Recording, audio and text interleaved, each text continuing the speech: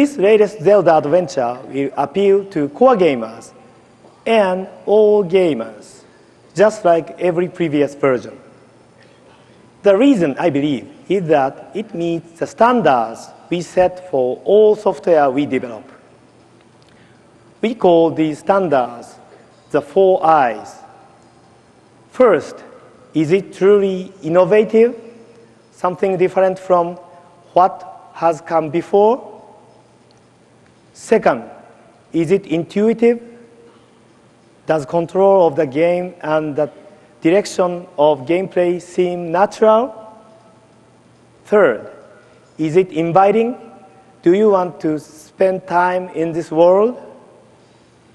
And finally, how does it measure up in terms of interface? Can the player connect in new ways? Certainly, few games can score perfectly in each of these areas. But at Nintendo, this is how we measure ourselves and why we apply these standards to our software projects.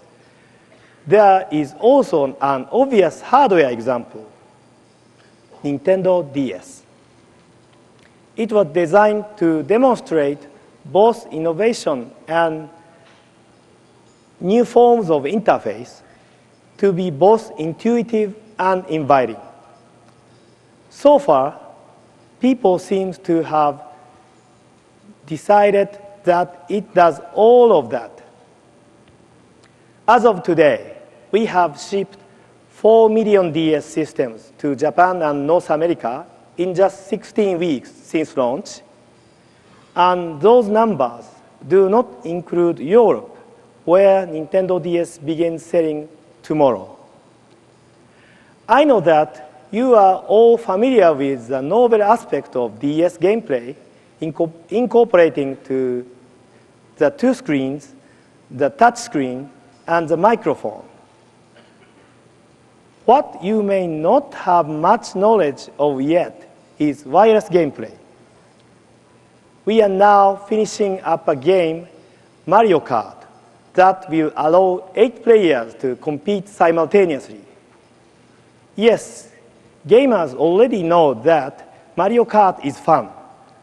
But does the DS version make it even more fun? Well, let's find out. Let me ask you this. Is there anyone out there who is celebrating a birthday today? If so, please stand up. Okay. Please come up here to the stage. Anybody celebrating a birthday today?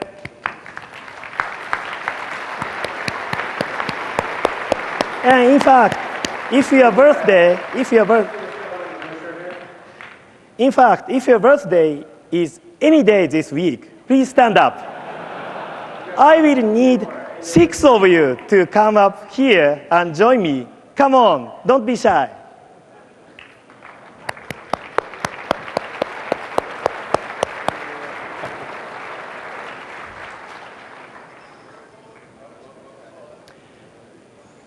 Bill Trinan from Nintendo of America is also going to join us.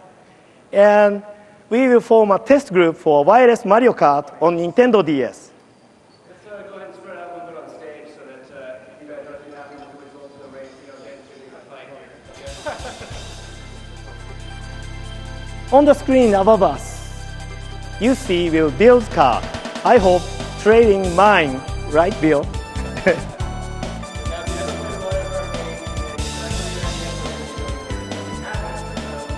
Thank you for joining.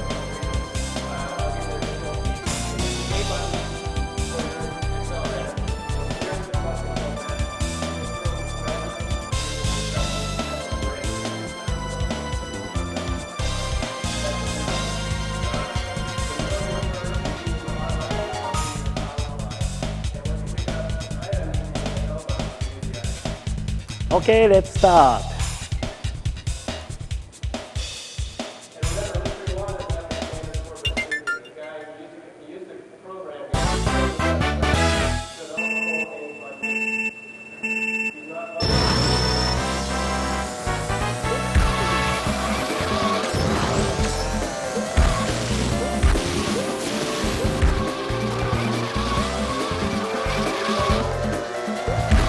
I'm Mario.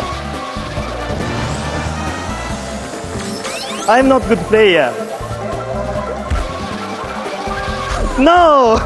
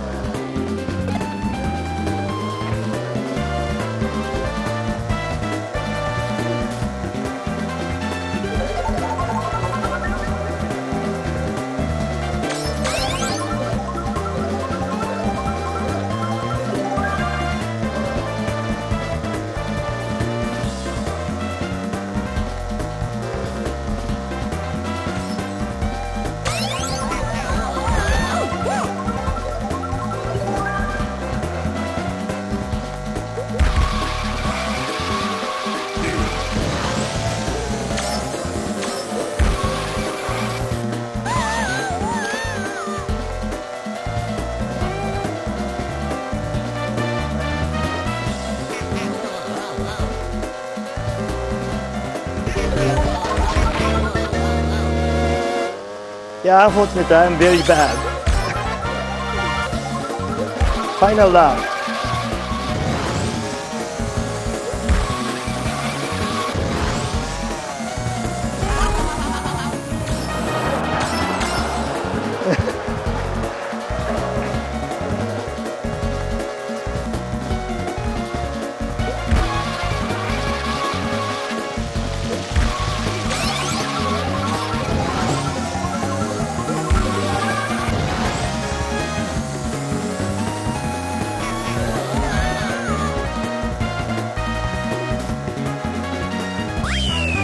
Congratulations. Congratulations. Thank you. That was fun.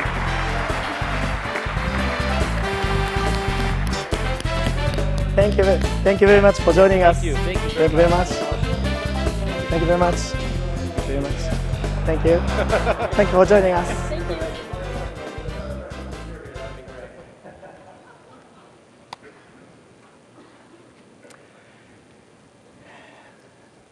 Yeah, these days, I spend so much of my time on meetings and interviews and traveling.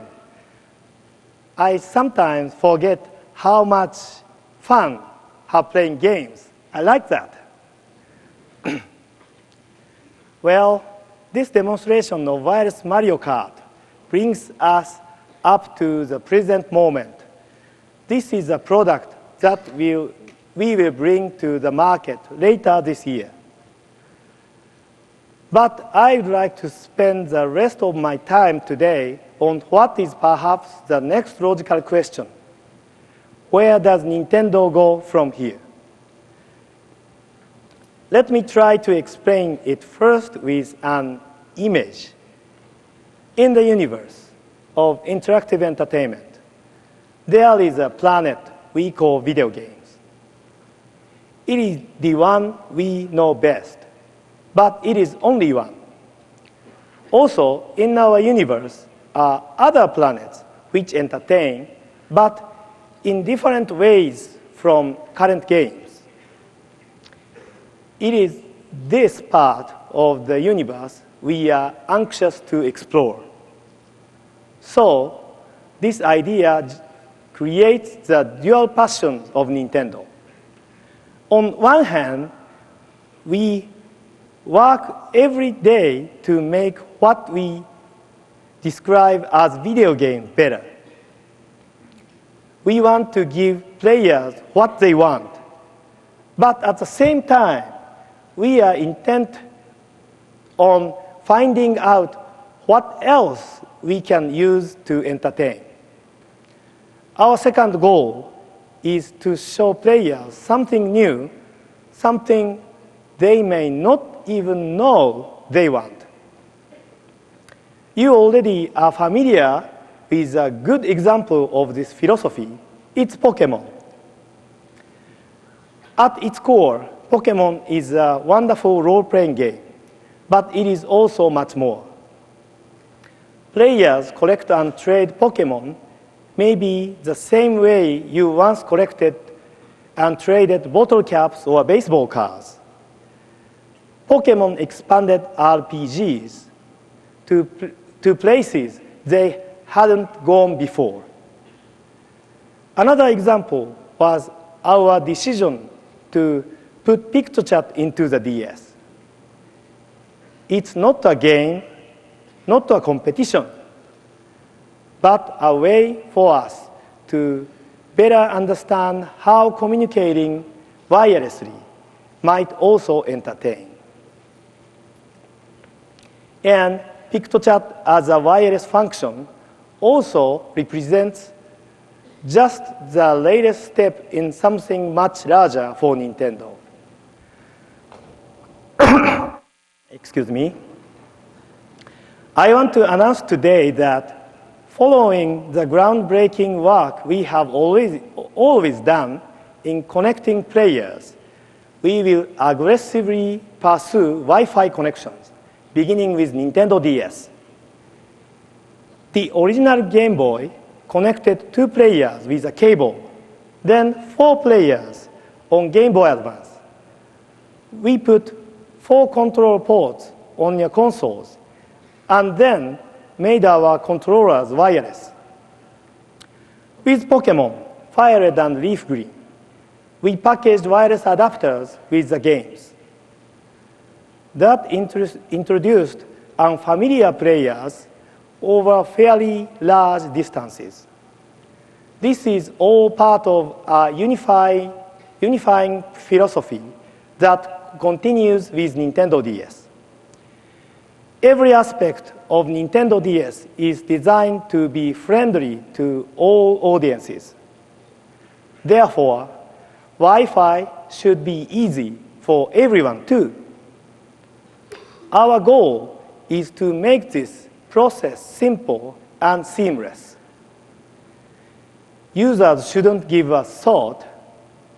Wi-Fi connections will feel like a local area network connections because they will use a common API.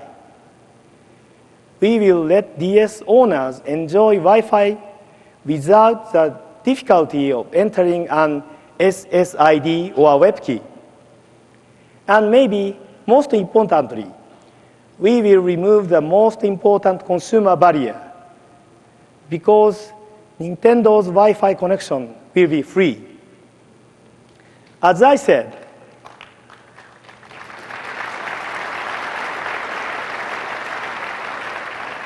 thank you. As I said, simple and seamless. So you may want to know, is this infrastructure ready to go? Almost. What about development? Where are the dev kits? By E3, you won't be asking that question. Well then, what about the entertainment? I can say today that you will be playing Wi-Fi games on DS this year. What we are developing internally and externally with a number of people is very exciting to me. At least one of these projects, I believe, will be groundbreaking. And we look forward to your Wi-Fi games too. Let me give you one example of what we are working on. Internally, we are developing Animal Crossing Wi-Fi. We chose this property for a couple of reasons. First, it is one of those non-game games I mentioned, a form of entertainment that really doesn't have a winner or even a real conclusion. And because of its unrestrained pace of action, it avoids wireless latency issues. Before, you could take Animal Crossing to a different village. Now, with Wi-Fi, you can take it around the world. So, we feel that our form of free and easy wireless play helps move our industry in a new direction. But we are making similar moves in software as well.